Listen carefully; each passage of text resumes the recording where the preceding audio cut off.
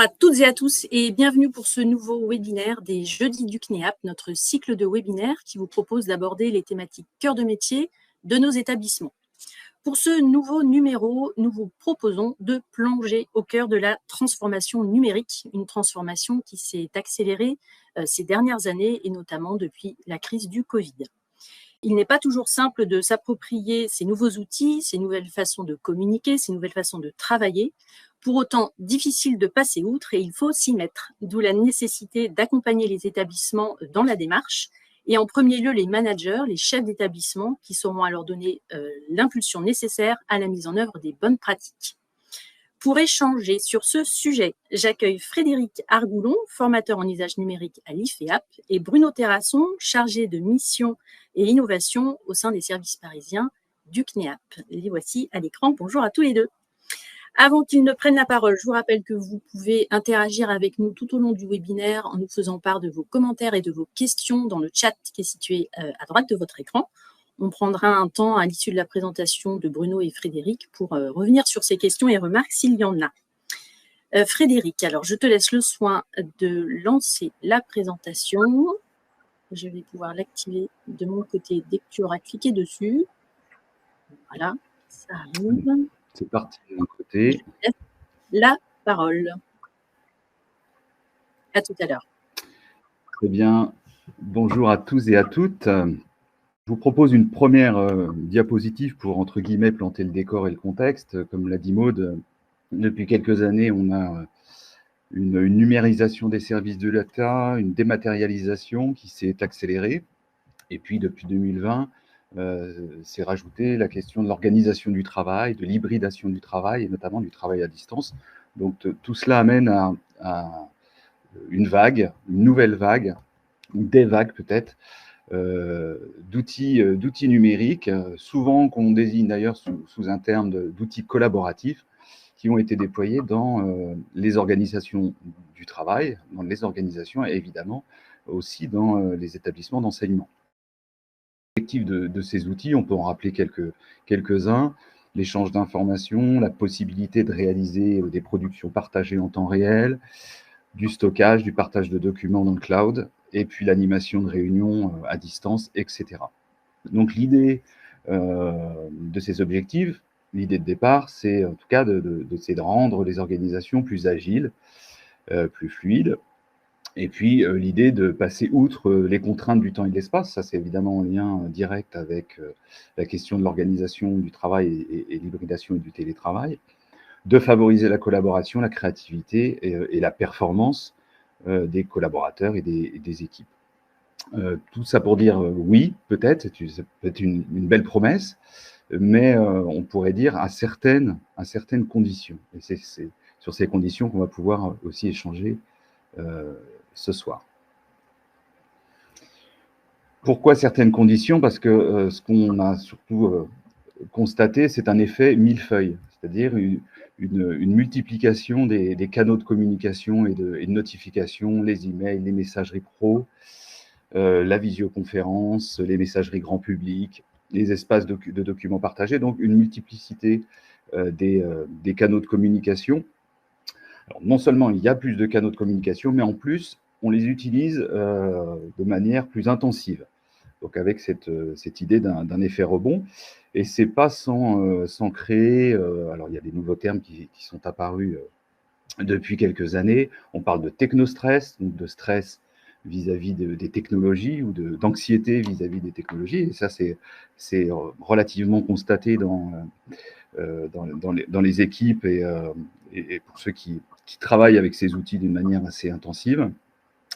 On parle aussi d'infobésité. Donc là, ça renvoie à l'idée d'une surinformation et comment on la traite.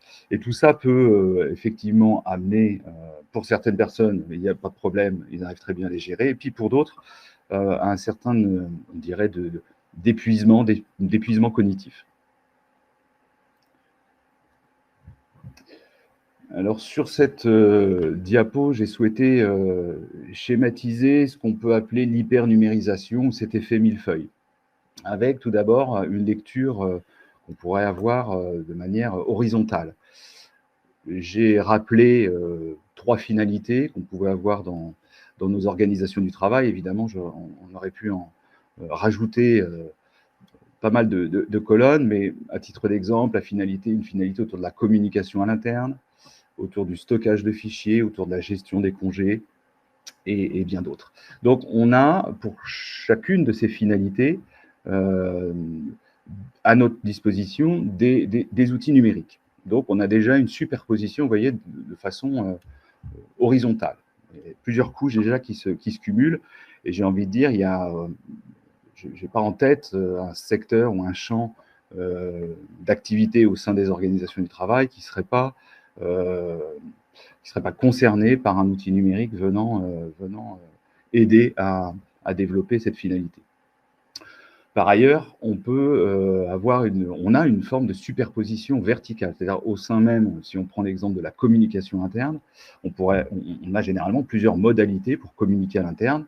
Là, j'ai cité le téléphone, la communication à travers des mails, on parle plutôt de communication asynchrone, et puis de communication synchrone à travers des visios. Donc, on a une superposition horizontale, une superposition verticale, et se rajoute enfin une superposition d'outils numériques qui proposent parfois des fonctionnalités similaires, identiques. L'exemple de la communication synchrone avec les visios, c'est pas rare dans certaines organisations que l'on utilise à la fois Microsoft Teams ou du Zoom ou les applications de chez Google. Donc, pour schématiser cet effet millefeuille, on a souhaité vous proposer ce modèle.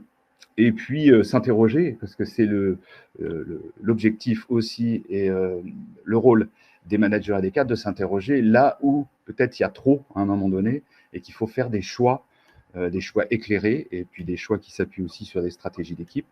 Je reviens sur l'exemple type de la communication synchrone à travers les visios. À un moment donné, il faut certainement, il est évident de faire un choix entre Teams et Zoom, et d'assumer ce choix et d'aller jusqu'au bout de cette transformation. Donc, je crois qu'on arrive dans une époque où on se rend compte, on a subi, entre guillemets, en tout cas, on a absorbé bon nombre d'outils numériques, et il va être temps, en tout cas, de faire du tri.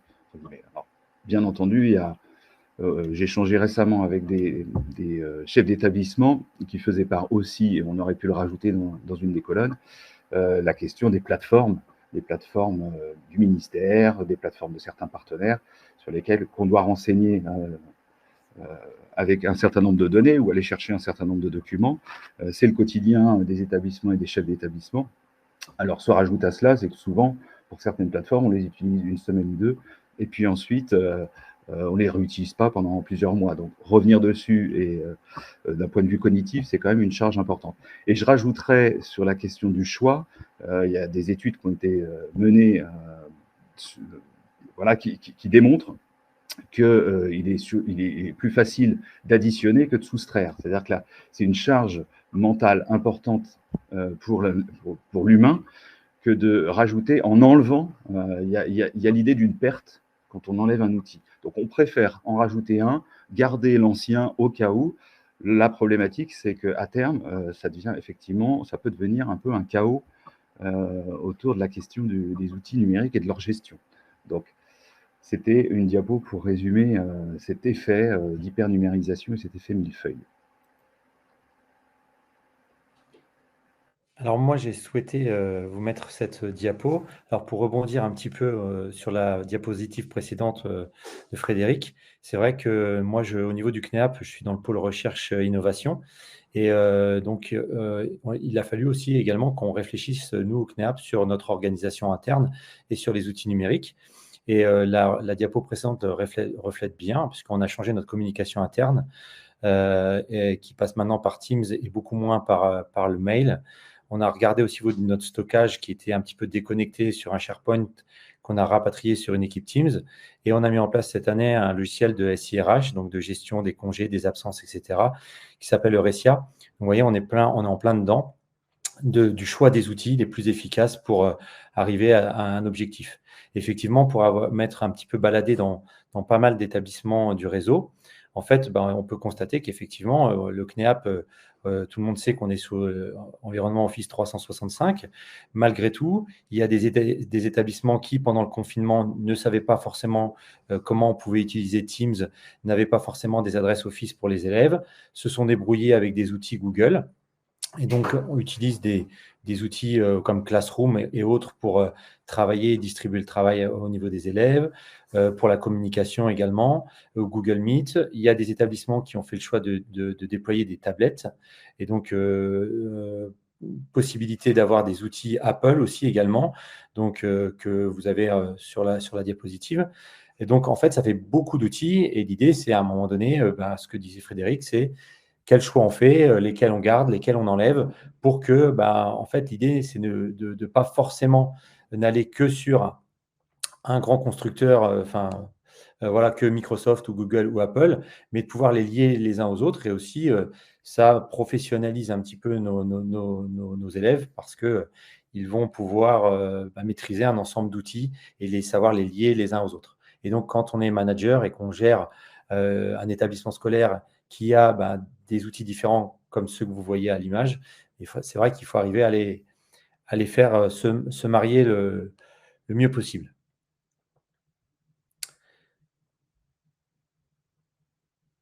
Et donc, j'ai souhaité aussi vous mettre cette diapositive. Alors, j'aurais bien aimé trouver une diapo qui nous aurait montré en 2000, par exemple, dans les années 2000, quelle aurait été cette roue, puisque là, ça représente en fait ce qui se passe en 60 secondes sur Internet en 2020-2021. Et donc, il n'y a pas énormément de changements entre les 2 années. Mais tout ça pour dire que dans les années 2000, peut-être en étant manager, le seul outil qu'on utiliserait, c'est celui que vous avez en bas à droite sur le mail. Puisqu'il n'y avait que ça qui existait pour la communication et que petit à petit, les réseaux sociaux sont apparus et là, cette roue est pleine de réseaux sociaux. Vous voyez Twitter, maintenant ça ne s'appelle plus Twitter, mais on va encore l'appeler comme ça. Vous avez Instagram, vous avez Twitch, vous avez TikTok, voilà. Donc, ça montre aussi que la communication est en train de changer. D'ailleurs, maintenant, il y a des nouveaux métiers qui s'appellent Community Manager. On gère la communication de son entreprise ou des établissements scolaires. Et donc, le mail existe toujours, mais aussi on s'est rendu compte que le mail, on ne peut pas tout faire. Il y a des avantages, il y a des inconvénients.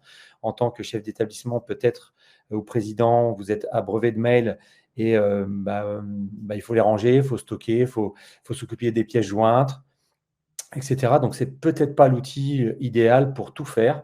Et donc, c'est pour ça que les réseaux sociaux, et Teams est un réseau social entreprise. Il y a de plus en plus d'entreprises qui gèrent tout en passant par Teams, par exemple. En bancaire, j'ai ça en tête, et autres. Et il y a peut-être autre chose que le mail. Et les réseaux sociaux ont, avec un espace de stockage dédié, avec un outil de visio inclus, une plus-value qu'on ne retrouve pas dans les mails. Donc, c'était un petit peu pour prendre un peu du recul par rapport à l'évolution aussi et des jeunes, leur façon de travailler maintenant plus sous forme de réseaux sociaux.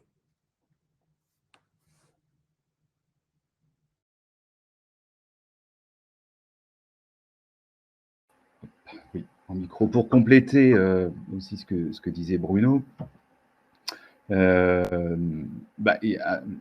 attention au culte de l'urgence, c'est-à-dire ce qu'on observe, et tu l'as illustré Bruno à travers la question des mails, un glissement d'usage asynchrone des outils vers des pratiques synchrones.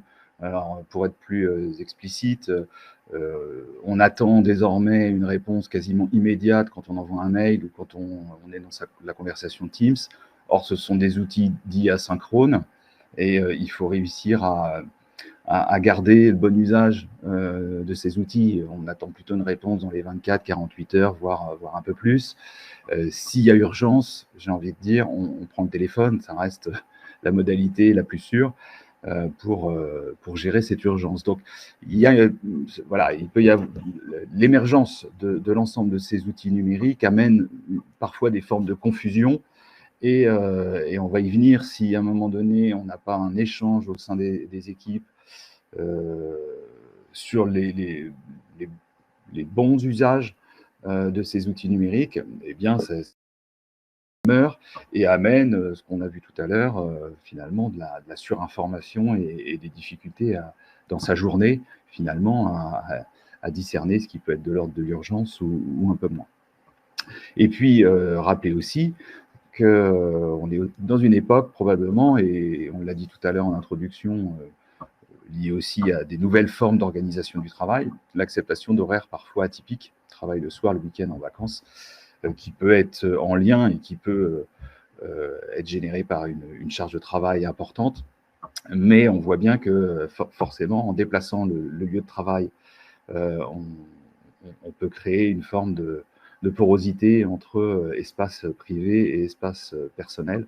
Donc voilà, sur cette question de l'urgence et d'avoir besoin, ce sentiment d'avoir besoin de traiter tout et vite et d'attendre des réponses sur tout. Et probablement que la massification des outils numériques est responsable, entre autres, pas que, mais de ces formes de confusion.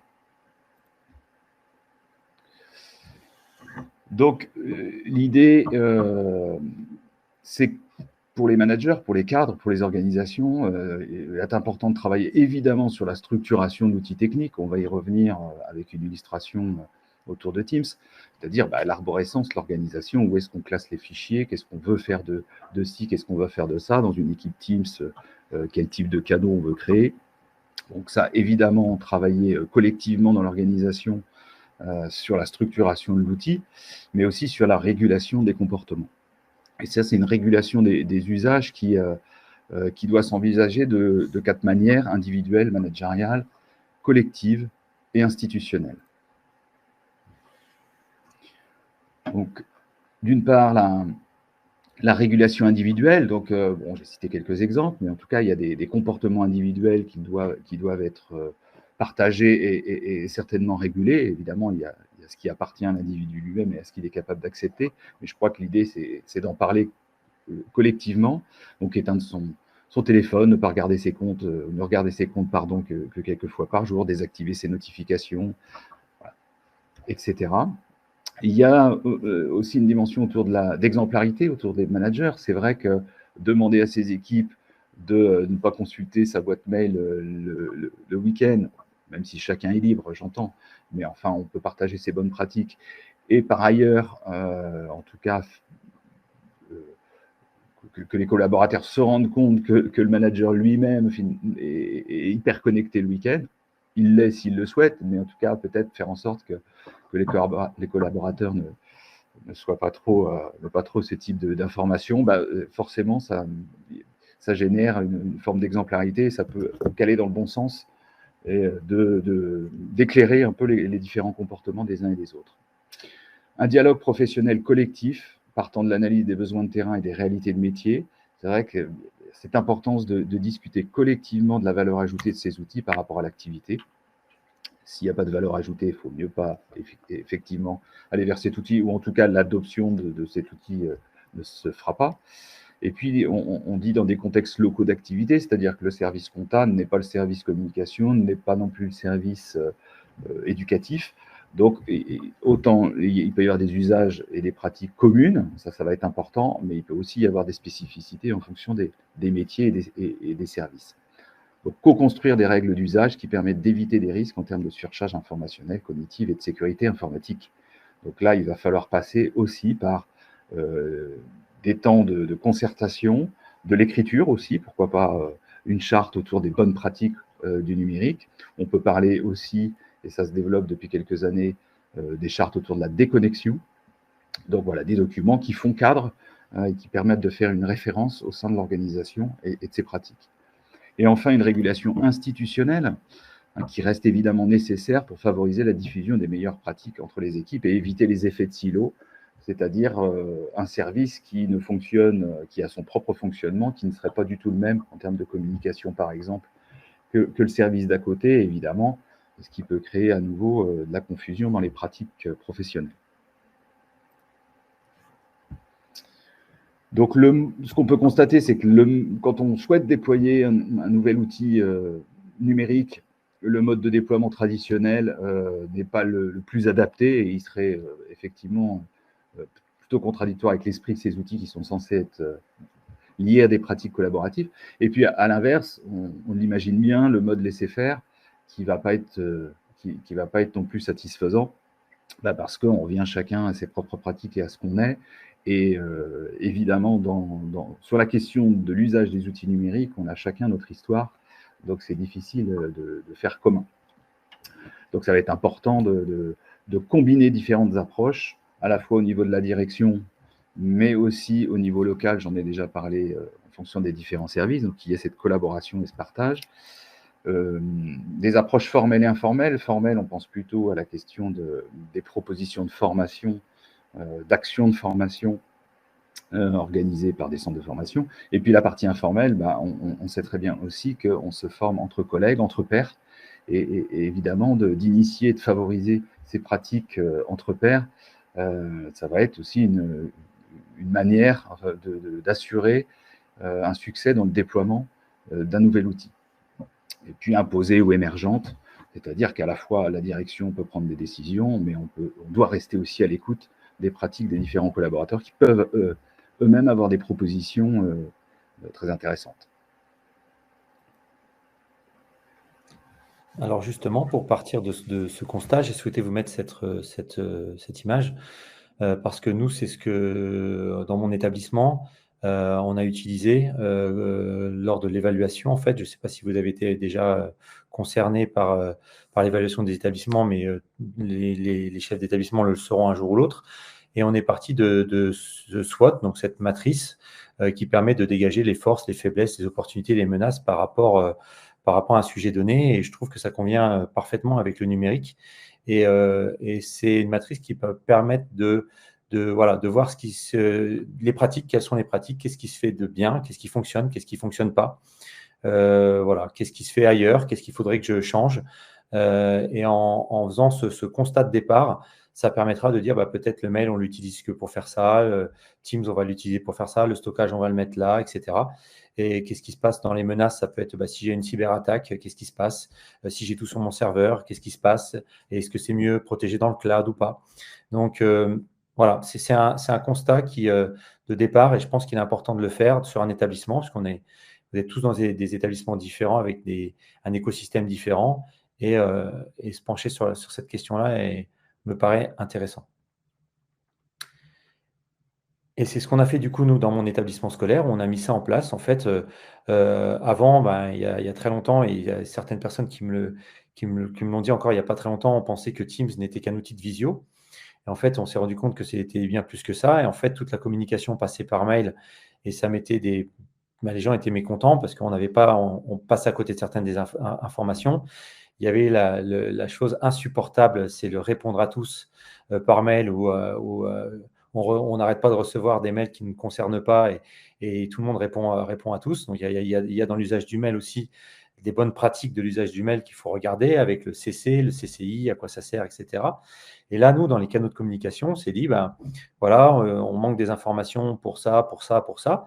On va faire, en fait, là, je vous ai mis une capture d'écran au niveau de mon établissement, où on a une équipe de direction, il y a une équipe qui concerne l'ensemble du personnel, une équipe qui est plus sur la partie pédagogique, il y a une équipe plus sur le CFA, UFA, et une partie sur la communication, justement, avec des canaux en interne. Et depuis qu'on a mis ça en place, alors bien sûr, il a fallu former les équipes, mais Frédéric vous en parlera à la fin, on a beaucoup plus d'informations, on passe à côté de moins de choses. On a des fichiers toujours à jour, puisqu'ils se trouvent dans l'espace de stockage. Donc, on va en parler, la diapositive juste après. Et donc, puisque il n'y a qu'à notre communication, il y a communiquer, mais aussi il y a la gestion des données. Et donc, ici, par exemple, vous avez, moi, de chez moi, je peux aller dans l'équipe qui concerne l'ensemble du personnel, aller dans ce canal général et récupérer une autorisation d'absence, des frais de déplacement, alors qu'avant, c'était sur le serveur interne. Qu'est-ce qui se passe s'il y a un problème avec le serveur? Et puis, pour accéder au serveur de mon ordinateur, pour sécuriser les données, il faut un VPN. Donc, ça rajoute encore une couche, une couche, une couche. Donc, l'idée, c'était de simplifier les choses pour tout le monde et que tout le monde s'y retrouve. Bien sûr, ces données, ça fait référence à 2 diapositives que vous a montré Frédéric en arrière. On voit des petits dossiers avec des arborescences et puis la gestion des droits, parce qu'après, il faut savoir gérer les droits. Qui a le droit de modifier tel ou tel document? Ça se gère à l'intérieur de l'outil.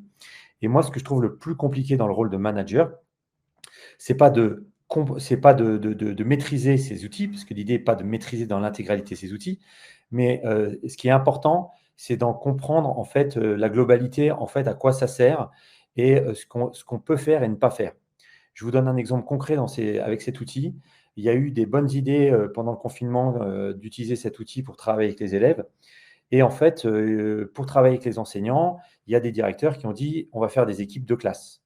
Donc ils ont créé une équipe bac pro, première bac pro SAPAT, seconde bac pro SAPAT, terminale bac pro, ainsi de suite, peu importe. Avec l'ensemble des enseignants à l'intérieur, avec l'ensemble des élèves à l'intérieur.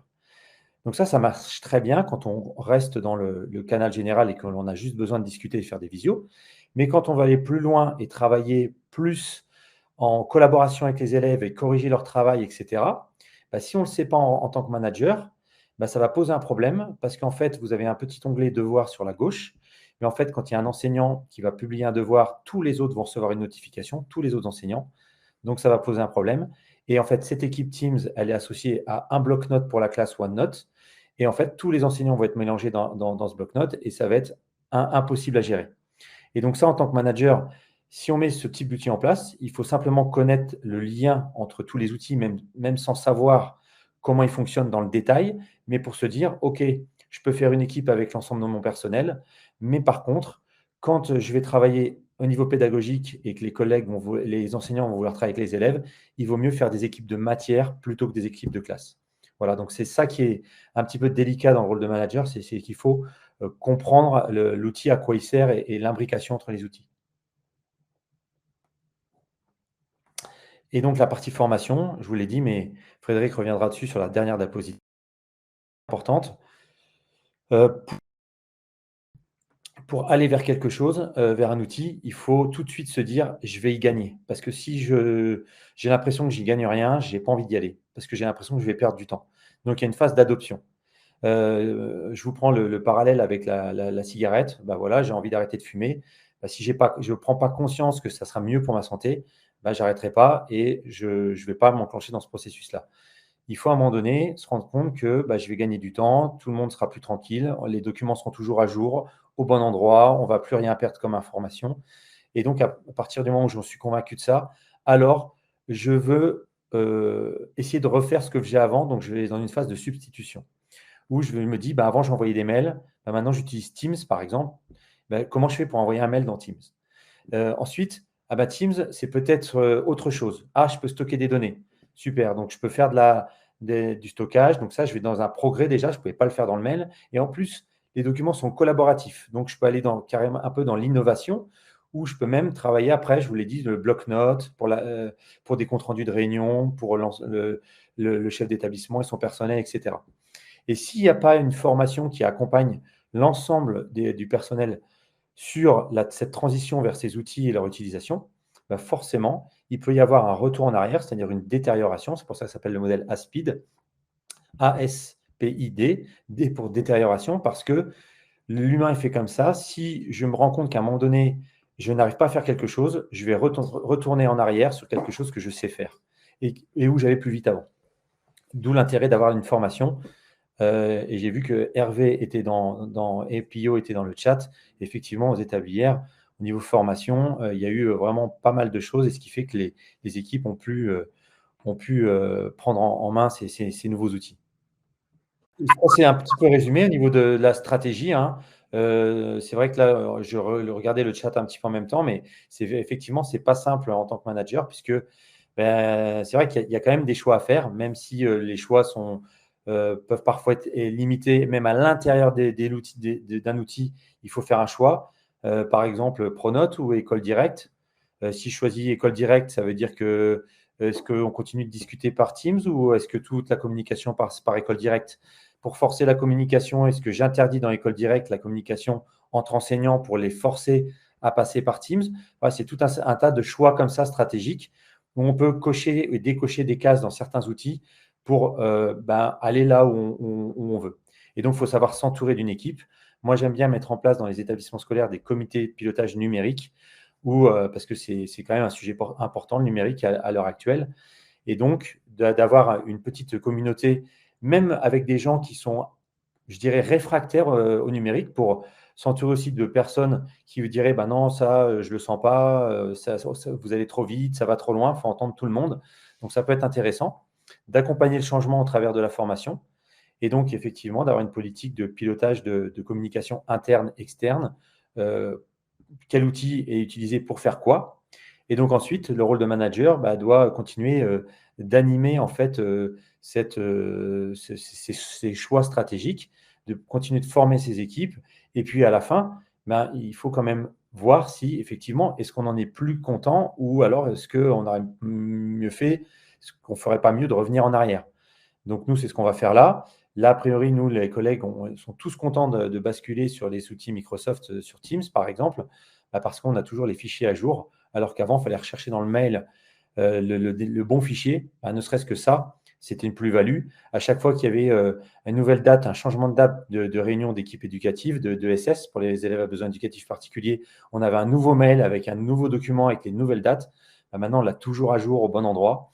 Donc tout ça, forcément, fait qu'au niveau des retours de l'évaluation, il y aura des bons retours par rapport à ça. Puis il y aura encore sûrement des choses à améliorer, peut-être à élaguer, à supprimer peut-être des canaux dans Teams qui ne servent à rien ou qui voilà. Donc il y a toujours, c'est toujours en constante évolution et en évaluation permanente en fait.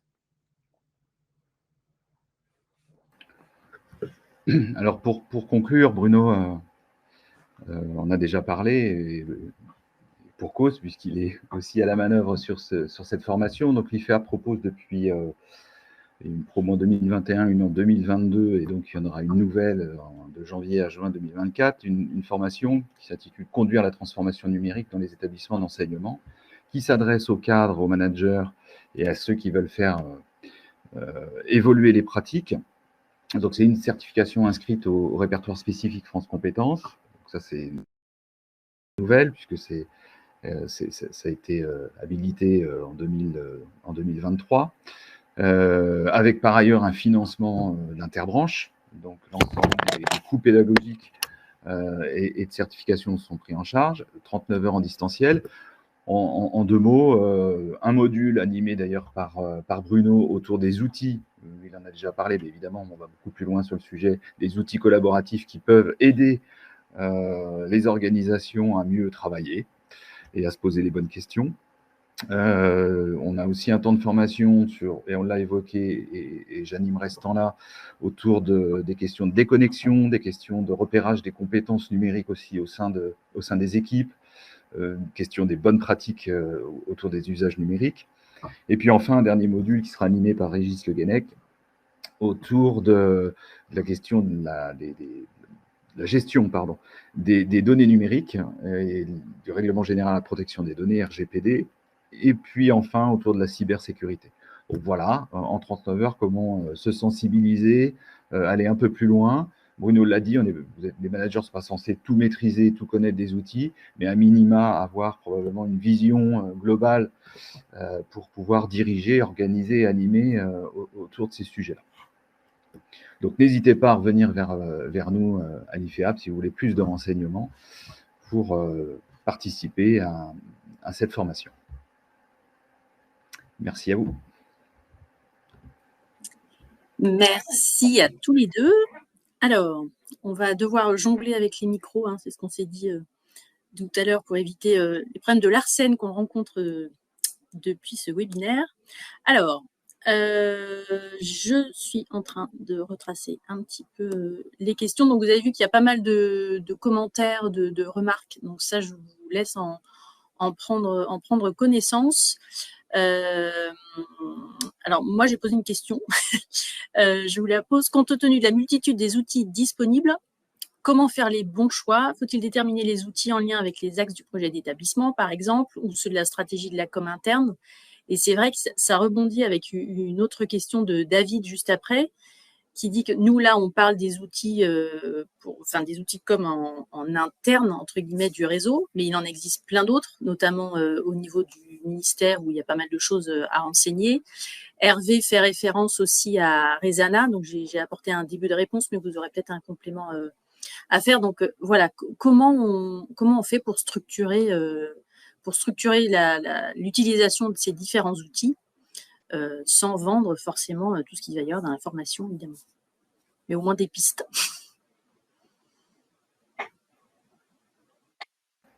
Alors, il existe effectivement des outils. Alors, je pense particulièrement aux outils développés par Numéa. Hein, et donc, deux outils. Le premier de mémoire, c'est Opinea, donc un outil en ligne hein, sur le site de Chlorophylle, où vous avez à la fois un fichier Excel construit, donc il n'y a plus qu'à se l'approprier et à le remplir.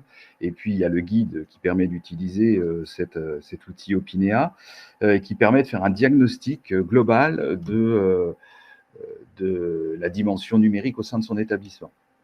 Donc, et de voir les points forts, les points faibles assez rapidement. Ça demande un peu de temps pour le remplir, mais en tout cas, il est efficace.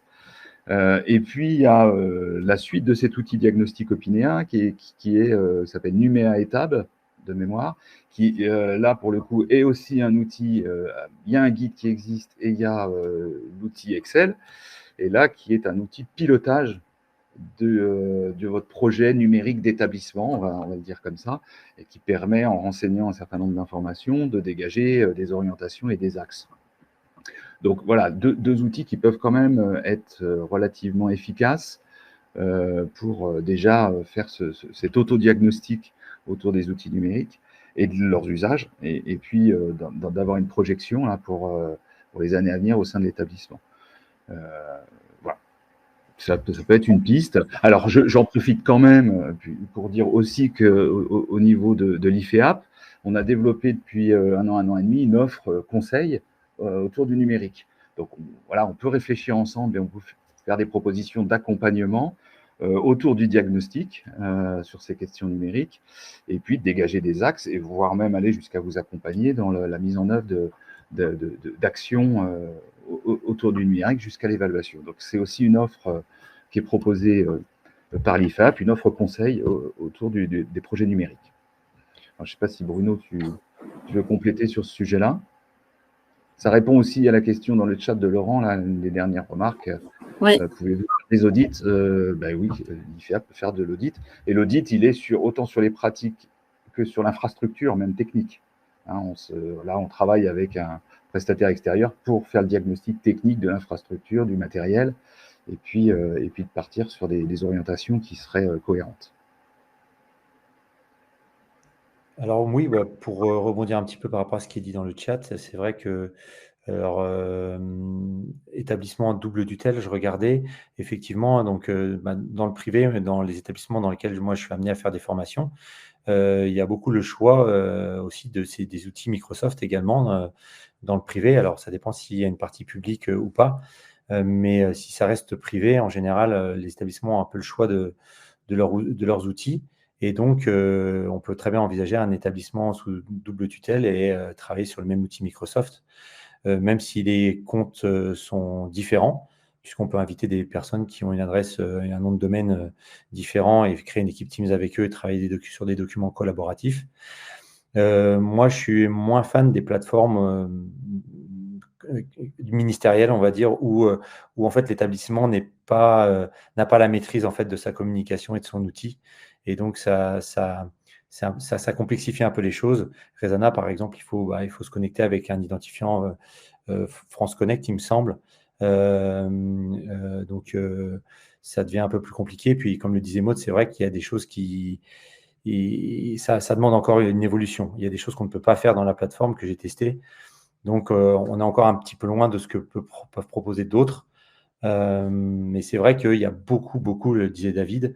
Là, je regardais, c'est vrai que quand on parle Fregata, Agathe, etc., Parcoursup, Charlemagne, tout ça, nous, on réfléchit vraiment là-dessus, sur ce pôle innovation, sur essayer de trouver un outil pour uniformiser tout ça, ne serait-ce que pour les chefs d'établissement, par exemple, un seul endroit où on rentre les effectifs et on a les informations derrière, ça déroule, et plutôt que de rentrer les choses dans 3-4 outils différents.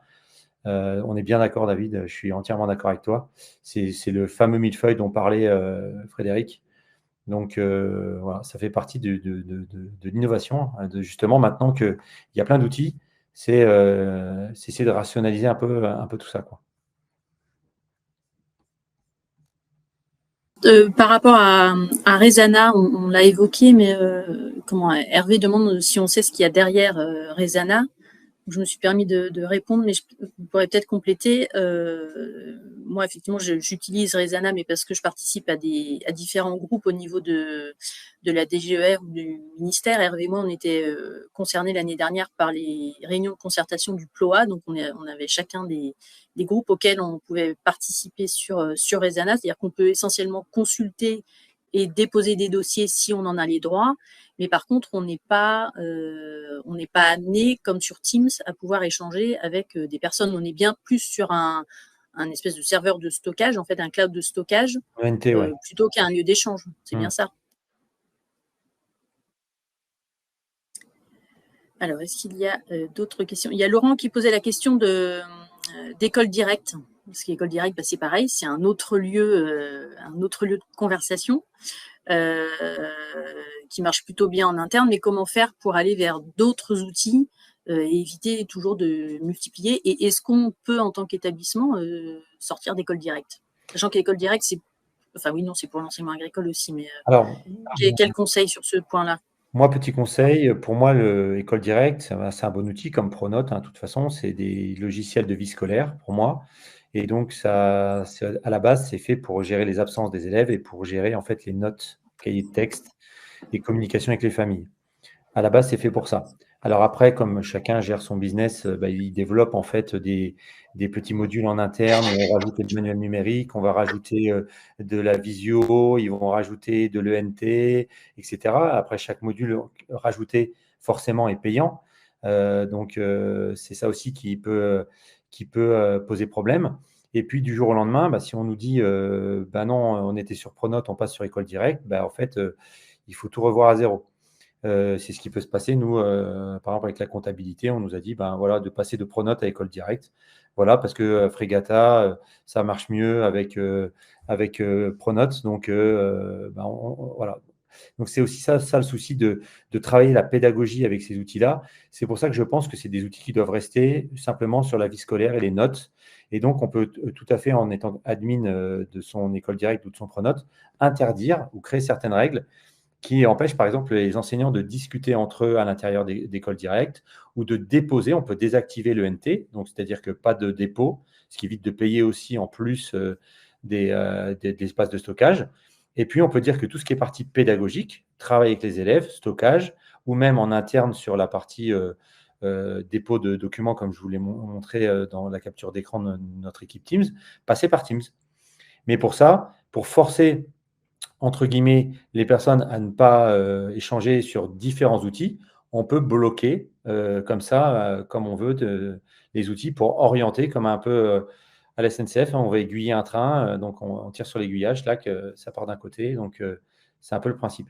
David nous fait part effectivement de pas mal de la lourdeur que peuvent représenter tous les outils.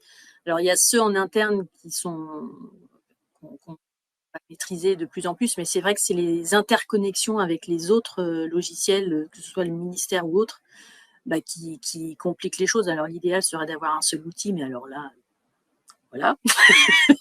Je ne sais pas si c'est un vœu à faire et s'il peut se réaliser, mais en tout cas, c'est vrai que ça ajoute de la lourdeur de gestion aux établissements. Donc, si déjà nous, on arrive à simplifier ça en interne, ce serait pas mal, mais il reste beaucoup de choses à faire, c'est certain. Alors, David nous dit, de mon côté, ce n'est pas trop la gestion des outils en interne, mais l'obligation d'utiliser une multitude d'autres outils. Alors, il n'y a pas d'autres questions. Il y a eu pas mal d'échanges, pas mal de commentaires. Est-ce que Frédéric ou Bruno, vous souhaitez ajouter quelque chose? Fred, je te laisse le mot de la fin. Non, d'abord, c'est moi qui l'aurais.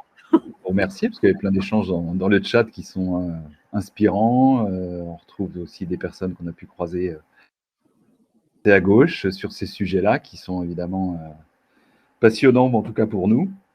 Et de redire que l'IFEAP reste à votre disposition. Et je parlais de cette formation-là. Il y a un catalogue aussi sur le site avec des formations autour du numérique pour l'ensemble des personnels techniques, administratifs, les enseignants, personnel vie scolaire évidemment. Et puis, on intervient beaucoup, et Bruno le sait, parce qu'il a fait beaucoup d'interventions avec moi aussi sur le sujet, en intra, dans les établissements. C'est-à-dire qu'on nous demande parfois, alors là on est plus sur du sur-mesure, mais dire, en fait, nous, on peut parler de Teams, mais il y en a eu d'autres, on a envie de former l'ensemble de l'équipe, donc venez, qu'est-ce que vous pouvez nous proposer? Et là, on est dans des formations avec une partie formation action, parce que l'idée, c'est on vous forme, mais à un moment donné, aussi, qu'est-ce que vous allez en faire au sein de l'établissement, et on réfléchit avec vous sur cette mise en œuvre. Donc, et ça reste un temps de formation. Donc, voilà, on est sur du sur-mesure, on se déplace dans l'établissement pour une partie, toute ou partie de l'équipe, et ça, c'est aussi possible, il faut le savoir. Je sais que c'est des choses qui se pratiquent régulièrement sur d'autres sujets, mais sur le numérique, voilà, c'est important de le redire. Merci. Alors, il y a Laurent qui repose la question par rapport à l'audit. Qui appelait? Qui appelait pour l'audit qui fait partie de l'offre conseil IFEAP, appelez l'IFEAP et Frédéric Argoulon, ou Marion Ami, ou Lionel Tétard, voilà. En tout cas, l'audit peut être réalisé, ça fait partie de l'offre conseil de l'IFEAP sur le numérique pour réaliser cet audit. Donc, n'hésitez pas à nous contacter en direct. Et puis, je remettrai de toute façon, avec votre accord, vos coordonnées dans le mail du replay que j'enverrai demain. Et il y a David qui disait la transition numérique, c'est un vrai sujet qui doit être porté au niveau national. S'y a-t-elle? Je suis entièrement d'accord avec toi, David. Je suis là pour ça, avec Sylvain qui m'aide bien un sujet. D'ailleurs, on va faire évoluer pas mal de choses. Donc, il y a pas mal de choses à venir. Ça bouge bien. Ça va bouger. Une belle dynamique. Eh bien, écoutez, il n'y a pas d'autres questions. Du coup, je vais juste reprendre la parole pour vous dire que donc les jeudis du CNEAP continuent, mais vont quand même faire une petite pause la semaine prochaine. Il y aura pas mal de monde en vacances au sein de l'équipe, mais aussi dans les établissements.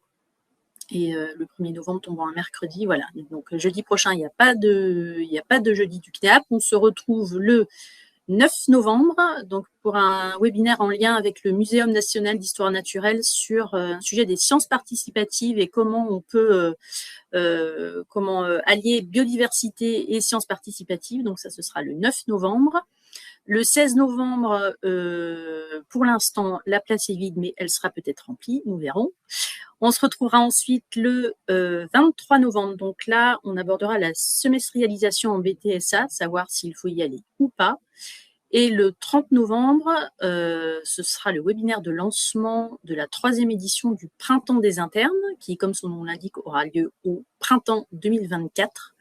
Donc, on fera un petit retour sur l'édition 2023 qui a été une belle réussite et on enclenchera pour lancer l'édition 2024.